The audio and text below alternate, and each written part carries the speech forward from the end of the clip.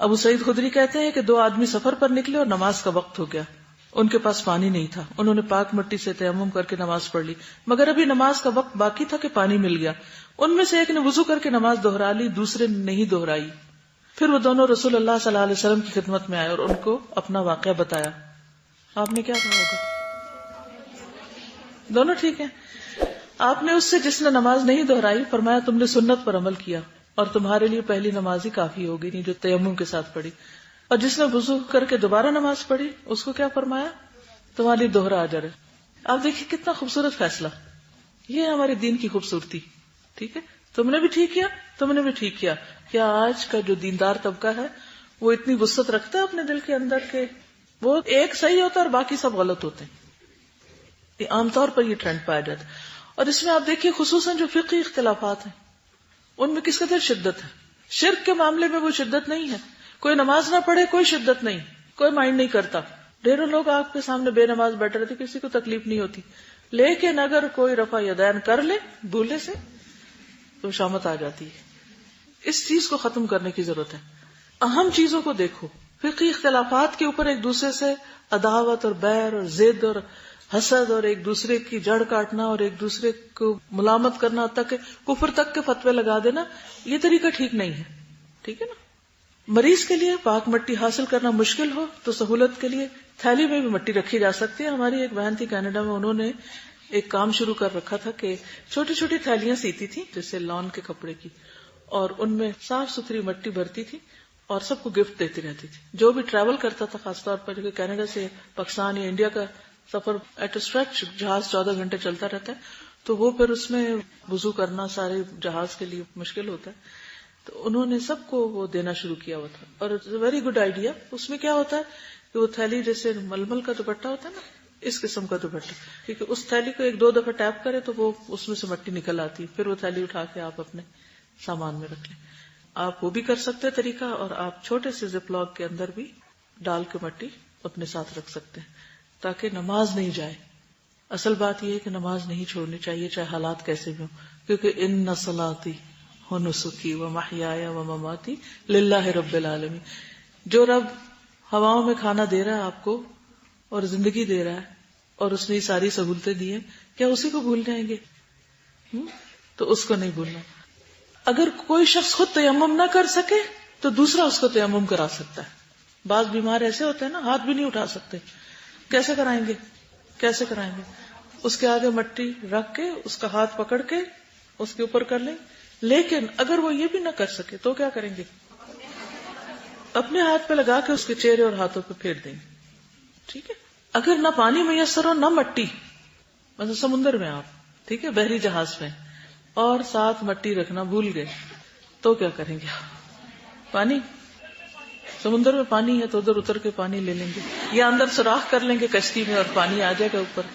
دیکھیے بعض اوقات تو پلانڈ سفر ہوتے ہیں، آدھے گھنٹے کا، گھنٹے کا، ایک دن کا، ایک دن رات کا، اور آپ کو معلوم ہے کہ اگر آپ کو پیسفک کراس کرنا ہے کتنے دن لگیں گے؟ اس دفعہ جب میں دبئی تھی تو کسی نے اپنا واقعہ بتایا، وہ کہتی میں کراچی میں پڑھتی تھی، یہ 48 میں وہ پیدا ہوئی تو 52-54 کی بات، کہتی ابتدائی ایجوکیشن میں نے وہاں حاصل کی، تو اس وقت دبئی سے شپ پاکستان جاتا تھا کراچی تک، تو کہتی جب مجھے چھٹیاں ہوتی تھی تو میں شپ پر دبئی آتی تھی اپنے گھر، تو 5 دن لگتے تھے ان کو، 5 دن وہ کراچی سے چلتا، پھر وہ گوادر آتا، پھر وہاں سے عمان جاتا، پھر وہاں سے دبئی آتا، 5 دن لگ جاتے۔ اب 5 دن کے لیے، اب تو بڑے بڑے شپ ہیں، لیکن اگر کوئی چھوٹا شپ ہے اور پینے کا پانی اس پر ہے اور سب کے وضو کا نہیں ہے تو صورت میں مشکل ہو سکتی، اور سمندر کا پانی لینا اتنا آسان نہیں جتنا آپ سمجھتے کہ وہ پانی سمندر کے اندر ہے اور وہیں سے پانی لے لے کے وضو کرتے رہیں گے۔ تو ایسی صورت میں اگر کوئی انتظام نہ ہو تو خواہ آپ سمندر کے اندر ہی کیوں نہ ہو تو بھی آپ تیمم کر سکتے ہیں۔ بعض اوقات فاصلے لگاتے ہیں نا کہ اگر 1 میل کے فاصلے پر پانی ہو تو تیمم کریں اور اتنے میل پہ ہو تو نہ کریں، تو بعض اوقات میل کیا چند فٹ کا فاصلہ ہے، اور آپ کو پتا ہے کتنا کڑوا پانی ہوتا ہے، بعض اوقات کتنا نمکین ہوتا ہے، وہ یوزر فرینڈلی نہیں ہوتا کہ آپ اس سے نہائے دھوئیں۔ ٹھیک، تو اس لیے تیمم کی سہولت دی گئی ہے، اور جو رخصتیں اللہ نے دی ہیں ان سے فائدہ اٹھانا بھی اللہ کا شکر ادا کرنا ہے۔ یعنی اپنے اوپر بے جا مشقت نہیں ڈالنی چاہیے. کل ہم نے احادیث پڑھی تھی نا کہ اللہ تعالیٰ نے کیا کیا ہے, ان الدین یسر, دین آسان ہے. جب بھی نبی صلی اللہ علیہ وسلم کو دو میں سے ایک چیز اختیار کرنی پڑی تو آپ نے کون سی کی؟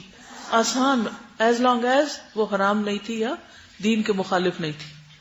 کیونکہ کچھ لوگ بہت مشقت میں بھی وضو کی کوشش کرتے ہیں اور پہلے سے بیمار پڑ جاتے ہیں, تو وہ نہیں کرنا چاہیے. پھر حضرت عائشہ کہتی ہیں کہ انہوں نے حضرت اسماء سے ہار مانگ کر پہن لیا تھا, وہ کہیں گم ہو گیا. رسول اللہ صلی اللہ علیہ وسلم نے ایک آدمی کو اس کی تلاش کے لیے بھیجا جس سے وہ مل گیا. پھر نماز کا وقت آ پہنچا, لوگوں کے پاس پانی نہیں تھا, تو انہوں نے بغیر وضو کیے نماز پڑھ لی اور رسول اللہ صلی اللہ علیہ وسلم سے اس بارے میں شکایت کی کہ پانی نہیں ملا, تو اس لیے ہم نے یہ کام کیا ہے. تو اللہ تعالیٰ نے تیمم کی آیت اتار دی. تو اس موقع پر تیمم کی آیت اتری تھی. یعنی کہ مسئلہ پیش آ گیا کہ اب کیا کریں, اور اس کو پتہ نہیں تھا. تو اگر کوئی ایسی جگہ ہو کہ جہاں نہ پانی ہو نہ مٹی ہو, اور ایسی پاسبلٹی ہو سکتی ہے, تو اس صورت میں پھر جیسے ہیں جہاں ہیں اسی طرح وضو کے بغیر بھی نماز پڑھ سکتے. اب میرا یہ آخری جملہ نہیں صرف کوٹ کر لینا کہ وہ فتویٰ دیتی ہے کہ وضو کے بغیر نماز پڑھی جا سکتی ہے. یہ صرف اور صرف اس صورت میں جہاں کچھ بھی نہیں. اب مثال کے طور پر آپ دیکھیے کہ جو مسلمان نان مسلمز کی جیل میں قید کر دیے جاتے ہیں بعض اوقات, تو ضروری تو نہیں کہ انہیں نماز کے وقت میں پانی لا کر دیں اور وہ اس سے وضو کریں, اور ان کے پاس ہو سکتا مٹی بھی نہ ہو, کچھ بھی نہ ہو. آپ زندگی میں کسی بھی ایسی سچویشن میں ہو سکتے ہیں کہ جب آپ ٹوٹلی ہیلپ لیس ہو. اب جیسے میں پہلے بھی ذکر کری تھی کہ کچھ سفر تو پلانڈ ہوتے ہیں کہ ایک دن میں ختم ہو جائے گا, 2 دن میں ہو جائے گا, لیکن بعض اوقات ایسا بھمر آ جاتا ہے, بعض اوقات ایسے حالات ہو جاتے ہیں, بعض اوقات سمندری قزاق جہازوں کو لوٹ لیتے ہیں اور سب کو ہاسٹیج بنا لیتے ہیں. تو اس صورت میں ہر چیز ہی بعض اوقات ختم ہو جاتی. تو بہانہ نہیں چلے گا کہ کچھ ہے ہی نہیں, کیا کرے, نماز کیسے پڑھے. صحابہ نے کیا کیا, بغیر وضو نماز پڑھی. یہ دلیل ملتی ہے, لیکن جب آیت تیمم اتر آئی تو پھر سہولت مل گئی کہ مٹی جو ہے, اور اگر نہ پانی ہے نہ مٹی ہے تو پھر اس صورت میں پڑھ سکتے. ایگزیکٹلی, برفانی علاقے, پہاڑی چوٹیاں جہاں سنو پڑ رہی ہے, وہاں ہو سکتا ہے کہ آپ کے پاس کچھ بھی نہ رہے. اب بیمار کے احکام میں حیض اور استحاضہ جو خواتین کا مسئلہ ہے, اس پر آپ نے کتاب الطہارہ میں پڑھ لیا ہوگا, لیکن میں اس کو تھوڑا سا ریوائز کرا دیتی ہوں کیونکہ اس میں عام طور پر مشکل ہوتی. تیمم کے اوپر آپ کا امتحان کیسے لیا جائے, کیسے ٹیسٹ کرنا چاہیے؟ پریکٹیکلی, ہاں میرا خیال ہے ایسے ہی کریں, پریکٹیکل ٹیسٹ لے لیں, کر کے دکھائے, ڈیمو دیں کہ پہلے بایاں ہاتھ ملتے ہیں یا پہلے دایاں ہوتے ہیں. بائیں سے دائیں کو ملنا ہے, ٹھیک ہے. اسی لیے میں دوبارہ کر رہی ہوں کہ یہاں آپ کے نمبر کٹ سکتے ہیں. چلیے اوکے. کسی نے ایک سوال کیا ہے کہ فلاں کی چیز کیا ہوتی ہے. اب دیکھیے کہ آپ سب کو ڈکشنری دیکھنی آتی. میرے گفتگو کے دوران اگر کوئی لفظ مشکل ہو تو کیا کیا کریں, لکھ لیا کریں اور پھر ڈکشنری میں جا کے دیکھا کریں. میں نے کچھ عرصہ اس طرح ریڈنگ کی ہے, اردو اور انگریزی دونوں کی, کہ ایک لائن میں اگر 5 لفظ بھی مجھے نہیں آتے تو میں نے سب کو انڈر لائن کر کے خود ڈکشنری کنسلٹ کی. کسی سے نہیں پوچھا. کیوں؟ خود ڈکشنری کنسلٹ کرنے کا کیا فائدہ ہوتا ہے؟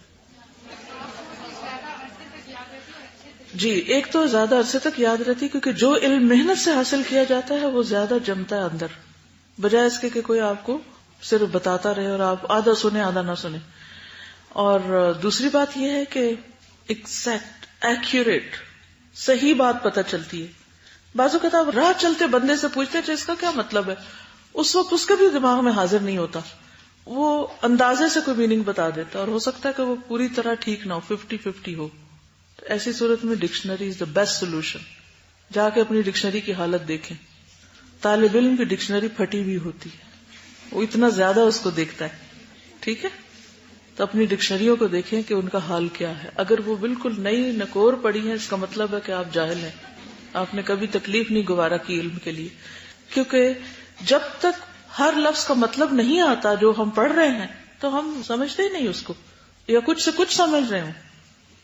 ہماری کئی کلاسز ہیں جیسے انڈیا میں ہوتی ہیں تو تھوڑی بہت اردو کا بھی فرق ہے اور ہمارے لہجے کا بھی, اور کچھ انڈیا کے علاقے ایسے ہیں کہ وہاں اردو بھی نہیں ہے, وہ ان کی لوکل لینگویج ہے جو تھوڑی بہت, جس میں پھر اردو سمجھ آتی, 100% نہیں آتی. تو پچھلے دنوں مجھ سے ایک خاتون ملی, کہنے لگی وہ خود یا ان کی ایک اسٹوڈنٹ تھی, وہ کافی عرصے تک یہ سمجھتی رہی کہ میدا جو ہوتا ہے وہ سر میں ہوتا ہے. اسٹمک، سر میں ہوتا ہے. انہیں سمجھ نہیں آیا کہ میں کہتی کیا ہوں. چلیے، حیض، استحاضہ اور طہارت. حیض تو پیریڈز کو کہتے ہیں، اور استحاضہ پیریڈز کے علاوہ جو خون حیض ہی کے راستے سے آتا ہے، لیکن حیض کی جگہ سے نہیں آتا. واضح؟ حیض کے راستے سے آتا ہے، جگہ سے نہیں آتا، سورس اور ہے اس کا. استحاضہ خواتین کی وہ بیماری ہے جس میں مہینے کے مخصوص دنوں کے علاوہ بھی خون جاری رہتا ہے. یہ خون حیض یا نفاس کا نہیں ہوتا، لہٰذا اس دوران نماز روزے ترک کرنا شدید غلطی. ایک نماز بھی نہیں چھوڑنی چاہیے. فاطمہ بنت ابی حبیش رضی اللہ عنہا نے نبی صلی اللہ علیہ وسلم سے پوچھا، مجھے استحاضہ کا خون آتا ہے اور میں پاک نہیں ہو پاتی، کیا میں نماز چھوڑ دیا کروں؟ آپ نے فرمایا نہیں، یہ تو ایک رگ کا خون ہے. ٹھیک ہے، ایک رگ پٹتی ہے، وہاں سے خون نکلتا ہے، جیسے نکسیر رگ پٹنے سے آتی. ہاں، اتنے دنوں میں نماز ضرور چھوڑ دیا کرو جن میں اس بیماری سے پہلے تمہیں حیض آیا کرتا تھا، پھر غسل کر کے نماز پڑھا کرو. نبی صلی اللہ علیہ وسلم نے فرمایا، مستحاضہ عورت نماز پڑھے گی اگرچہ اس کا خون چٹائی پہ ٹپک رہا ہوگا. ٹھیک، پیریڈز کے علاوہ اگر بلیڈنگ ہو رہی ہے اور بہت زیادہ ہو رہی ہے، کیونکہ بعض لوگوں کو اتنی زیادہ بلیڈنگ ہوتی ہے کہ لٹرلی کوئی چیز کنٹرول نہیں کر پاتی اور کچھ بھی رکھ لے وہ پھر بھی بہہ جاتی. ایسی صورت میں نماز نہیں چھوڑ کے بیٹھ جانا کہ میں تو پاک ہی نہیں اور مصلی ناپاک ہو رہا ہے وغیرہ وغیرہ. نہیں، کچھ بھی ہو نماز پڑھی جائے گی. رائٹ؟ انڈرسٹوڈ؟ مستحاضہ کے احکامات. ہر نماز سے قبل وضو کرنا ضروری ہے. استحاضہ والی عورت ہر نماز کے وقت استنجا کرنے کے بعد وضو کرے اور نماز ادا کرے، یعنی اس وقت تک جو بلیڈنگ ہو چکی ہے اس کو صاف کر لے، نیا پیڈ رکھ لے اور نماز ادا کرے. رسول اللہ صلی اللہ علیہ وسلم نے فاطمہ بنت ابی حبیش کو یہی حکم دیا تھا، ثم توضئی لکل صلاۃ، پھر تم ہر نماز کے لیے وضو کرو. ایسی عورت کے بارے میں آپ نے فرمایا، فاغسلی عنک الدم وصلی، خون صاف کرو اور نماز پڑھو. لیکن اگر وہ اتنا زیادہ ہو کہ صاف ہو ہی نہیں پا رہا تو پھر اسی حال میں پڑھ لو. نبی صلی اللہ علیہ وسلم نے مستحاضہ کے بارے میں فرمایا، اپنے حیض کے ایام کی نمازیں چھوڑ دے، پھر غسل کرے اور نماز کے لیے وضو کیا کرے.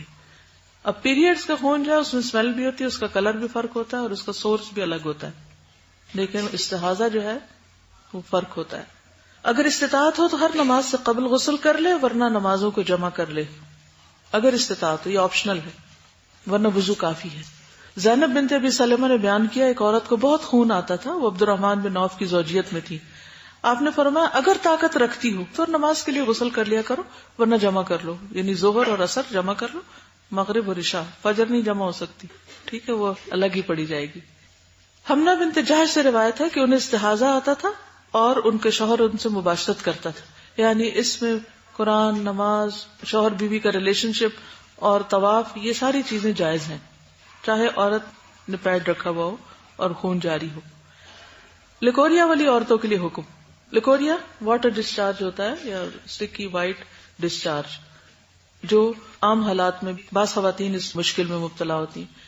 لیکوریا کے مرض میں مبتلا عورتیں بھی ہر نماز سے قبل استنجا کے بعد تازہ وضو کریں. لیکوریا اور استحاضہ والی عورتیں نماز کے دوران خارج ہونے والے پانی یا خون کو کپڑوں پر لگنے یا نماز کی جگہ پر گرنے سے بچاؤ کا بندوبست کریں. اس بارے میں دو آراء ہیں. ایک گروہ تو اسے جسم سے خارج ہونے والی رطوبت جیسے ناک کا بہنا، بلغم کا آنا، پسینہ نکلنا وغیرہ کے طور پر لیتا ہے اور اس رطوبت کو ناپاک نہیں کہتا. یعنی لیکوریا کا جو پانی ہے یا جو رطوبت ہے وہ اس کو ناپاک نہیں کہتے، وہ کہتے یہ ایسی ہے جیسے ناک سے پانی آتا ہے، جیسے زکام ہوتا ہے، یا عورت دودھ پلاتی تو دودھ نکلتا ہے، یا منہ سے رال ٹپک رہی ہے، یا کان بہہ رہا ہے، تو وہ کہتے ہیں کہ اسی کی طرح کی ایک چیز ہے. اس لیے اگر کپڑے وغیرہ کو لگ جائے تو کوئی حرج نہیں. ٹھیک. دوسرا گروہ اسے سبیلین سے نکلنے کی وجہ سے، یعنی شرمگاہ سے چکے نکلتا ہے، اس وجہ سے اسے ناپاک کہتا ہے اور نواقض وضو میں شمار کرتا ہے. اب آپ کیا کریں گے؟ عام حالات میں کیا کرنا چاہیے؟ استنجا کر کے وضو کر کے نماز پڑھنی چاہیے. دو نمازوں کو ایک وضو میں نہیں پڑھیں. لیکن اگر سفر پہ ہیں یا کسی ایسی جگہ پر ہیں تو رخصت والی چیز سے بھی فائدہ اٹھا سکتے ہیں، کیونکہ اللہ تعالیٰ پاک ہے، پاکیزگی سے محبت کرتا ہے. تو افضل درجہ یہی ہے کہ انسان کیا کرے، سستی کا شکار نہ ہو اور ہر نماز کے لیے تازہ وضو کرے. اور اگر زیادہ ہے لیکوریا کا پانی تو پیڈ رکھ لے، کوئی کپڑا رکھ لے، ٹیشو رکھ لے، جو بھی ہر شخص اپنی ضرورت کو سمجھتا ہے. اور نماز سے پہلے اس کو چینج کر لے. لیکن اگر ایسے حالات ہوں کہ چینج ہو ہی نہیں سکتا, کوئی حل نہیں ہے, تو پھر نماز پڑھنے کی رخصت موجود ہے بہرحال. ٹھیک ہے. ایام حیض اور ایام استحاضہ میں فرق. استحاضہ والی عورت کو چاہیے کہ وہ ایام حیض اور ایام استحاضہ میں فرق کرے. واضح ہو کہ حیض کی کم از کم مدت کا تعین نہیں کیا جا سکتا, ہر ایک کی عادت پر مبنی. اصل میں اس کے لیے عادت کا لفظ بھی استعمال کیا جاتا ہے, لیکن اس کی زیادہ سے زیادہ مدت 15 دن ہے. حیض آنے کی کم از کم عمر 9 سال ہے اور زیادہ سے زیادہ کی کوئی حد نہیں. اگر کسی بچی کو 9 سال کی عمر سے پہلے خون جاری ہو تو وہ استحاضہ کے تحت آئے گا. ٹھیک ہے. یہ مدتیں کیسے مقرر کر لی گئی؟ جنرل سرویز کے تحت, میجورٹی کو دیکھتے ہوئے. آپ نے دیکھا ہوگا کہ بعض اوقات پیدائش کے بعد چھوٹی بچی جو ہوتی ہے اس کو بھی کچھ نہ کچھ بلیڈنگ ہو جاتی ہے. بالکل نیو بورن بیبی جو ہوتی ہے نا, بیبی گرل, اگر آپ اس کے بریسٹ کو تھوڑا پریس کریں تو اس میں دودھ بھی نکل آتا ہے اور پیریڈز کی طرح کا اسپاٹنگ بھی ہو جاتی. تو یہ قدرتی بات ہے, اللہ تعالیٰ نے اس کے لیے رکھا ہے, اس میں کوئی ڈرنے گھبرانے کی بات نہیں ہے. تو اسی طرح ہو سکتا ہے 5 سال کی بچی کو کوئی ایسی چیز پیش آ جائے, 9 سال سے کم کی عمر, 8 سال کی عمر کی بچی کو, تو اس کو کیا شمار کریں گے؟ پھر استحاضہ شمار کریں گے. وہ پیریڈ نہیں ہوں گے کیونکہ وہ بھی بالغ نہیں ہوئی. حیض کا خون بالغ ہونے پر آتا ہے جس کے بعد عورت بچہ کنسیو کر سکتی ہے. ٹھیک ہے. تو جب عورت کو حیض آ جائے, چاہے زیادہ ہو یا کم, بعض لوگوں کو بہت زیادہ ہوتے ہیں پیریڈز, بعض کو نہ ہونے کے برابر, بہت تھوڑا, تو اس کا طہر کیا ہوگا جب خون ختم ہو جائے؟ امام ابن تیمیہ کے نزدیک حیض کی کم یا زیادہ کوئی مدت مقرر نہیں, بلکہ جب بھی خون مکمل صفات کے ساتھ آئے تو وہ حیض شمار ہوگا, چاہے کم ایام ہو یا زیادہ. دیگر علماء نے اس کی تحدید کی ہے. دوسرے علماء نے کیا کہا ہے کہ نہیں, کم از کم 3 دن, زیادہ سے زیادہ 10 دن وغیرہ وغیرہ. اور پھر اس میں بھی اختلاف ہے, بعض کچھ دن بتاتے ہیں, بعض کچھ اور. کچھ علماء تو زیادہ مدت کی تحدید کرتے لیکن کم کی نہیں کرتے. لیکن یہ قول زیادہ صحیح معلوم ہوتا جو امام ابن تیمیہ کا ہے کہ اس میں کوئی حد مقرر نہ کی جائے, کیونکہ ہر ایک کی عادت فرق ہے. اگر مثلا ہم 10 دن کی حد مقرر کرتے ہیں تو ہو سکتا ہے کسی لڑکی کو 11 دن ہی پیریڈز ہوتے ہیں اور وہ صحیح پیریڈز ہوتے ہیں, تو اب وہ 10 کے بعد نماز نہیں شروع کرے گی, وہ 11ویں دن پاک ہو کر ہی کرے گی. اور ہو سکتا ہے کہ کچھ خواتین کو صرف 1 دن کے لیے ہوتے ہیں, کچھ کو صرف 3 دن, کچھ کو 2 دن, ایسا بھی ہوتا ہے. تو اب وہ جوان لڑکی ہے, 2 دن صرف پیریڈز ہوتے ہیں, اور علماء نے کہا ہوا ہے کہ جی 3 دن کی حد مقرر ہوگی, 3 سے کم استحاضہ ہوگا. نہیں, اس کی چونکہ عادت ہی 2 دن کی ہے تو وہ 2 دن بھی پیریڈ شمار ہوں گے. تو ایک ہے ایوریج, عام حالات میں 3 سے 10 تک میجورٹی کا یہی سائیکل ہوتا ہے, لیکن کچھ لوگ ایکسیپشنل بھی ہوتے ہیں. تو ہر ایک اپنی عادت کو سامنے رکھ کے تعین کرے گی. سمجھ آئی؟ یہ آپ لوگوں کی ہی کہ تو سمجھنے کی بات ہے. جی آپ. ابھی میری بیٹی کے ساتھ اس طرح ہوا کہ 9 ماہ کا بچہ تھا اس کا, تو وہ فیڈ کرا رہی تھی, تو اس کو پیریڈز نہیں آئے 9 ماہ تک. نا ہوتا ہے فیڈ کرا رہی ہو مدر تو بعض اوقات نہیں آتے, تو بس 1 دن اس کو کچھ اسپاٹس لگے اور اس کے بعد وہ نیکسٹ اس نے بیبی کنسیو کر لیا. تو وہ پھر ڈاکٹرز یہی بتا رہی تھیں کہ وہ پیریڈز کے ہی وہ تھے, یعنی کہ مطلب صرف اسپاٹنگ بیبی ہو سکتا ہے. جی صرف 2-3 اسپاٹ سے بھی جو ہے وہ پیریڈز ہی شمار ہو, پیریڈ شمار ہوں گا. ٹھیک ہے جی, آپ کچھ کریں. بالکل اسلام آباد آئی ہوں تو ڈیز ڈفر کر رہے ہیں, اور بھی لڑکیوں کا یہ مسئلہ ہوا ہے, تو اس میں پریشانی کی ضرورت نہیں. ایج کے ساتھ کلائمیٹ چینج, جگہ کے چینج, ان سب چیزوں سے عادت میں فرق آ جاتا ہے. تو اس پر بعض لوگ ڈر جاتے ہیں اور بعض کوسنا شروع کر دیتے ہیں کہ شاید یہاں فوڈ ٹھیک نہیں یا ماحول ٹھیک نہیں, تو اس لیے ہمارے ساتھ کوئی ظلم زیادتی ہوگی. ایسا نہیں, اور یہ چینجز کہیں بھی اور کبھی بھی ہو سکتی ہیں. ٹھیک ہے, تو یہ نوٹس میں رہنا چاہیے. لیکن عادت کو ڈٹرمن کرنے کے لیے عموماً 3 ماہ کا وقت دیا جاتا ہے کہ اگر 3 ماہ تک ایک ہی طریقے پہ آئیں تو پھر وہ آپ کا بیسک شمار ہوگا. اور فوڈ کی چینج, اور بہت سارے جو پریزرویٹوز لیتے ہیں اور ایسے چکن کھاتے ہیں جن کو ہارمونز دیے جاتے ہیں, تو ان سے پورے ہارمونل سسٹم ڈسٹرب ہو جاتا ہے, جس کی وجہ سے بعض اوقات کوئی بھی عادت نہیں ہوتی, کبھی 2 دن, کبھی 4 دن, کبھی 3 دن. تو یہ بھی سلسلہ جاری رہتا ہے. تو اس میں پھر اس خون کی کیفیت کو پہچانا جائے گا. السلام علیکم. 2-3 چیزوں کا کامنٹ کرنا تھا. ایک تو یہ لوکیریا کے اوپر جو ہے کافی ریسرچ کی تھی, تو یہ ایک تو بہت جنرل پرابلم ہے بہت سارے لوگوں کو. تو اس میں جو ڈاکٹر تھی وہ یہ بتا رہی تھی کہ اگر اس کا علاج نہ کرایا جائے تو بہت جلدی عمر میں آسٹیوپروسس ہو جاتا ہے, اور یہ کیلشیم جو ہے وہ بہت تیزی سے جسم میں سے نکل رہی ہوتی ہے. تو اس کا جو ہے زیادہ دودھ پینا اور دھوپ میں بیٹھنا, کیونکہ دودھ ہم پی لیں اور دھوپ میں نہ بیٹھیں تو وہ کیلشیم ابزارب نہیں ہوتا. بالکل صحیح. تو وہ جو ہے اس کی علاج وٹامن بہت ڈی جو ہے ضروری وہ کیلشیم ابزارب کرتی ہے. بالکل. اور ایک اور چیز جو چھوٹی سی مجھے آ رہا تھا, یہ جو آپ تیمم کا سارا ڈسکرائب کر رہی تھیں, تو مجھے یہ خیال آ رہا تھا کہ ہمیں یہ پتہ چلتا ہے قیامت کے قریب ایسا بھی ٹائم آئے گا کہ مسلمان جو ہیں وہ ان کو ماؤنٹینز میں جا کے رہنا پڑے گا.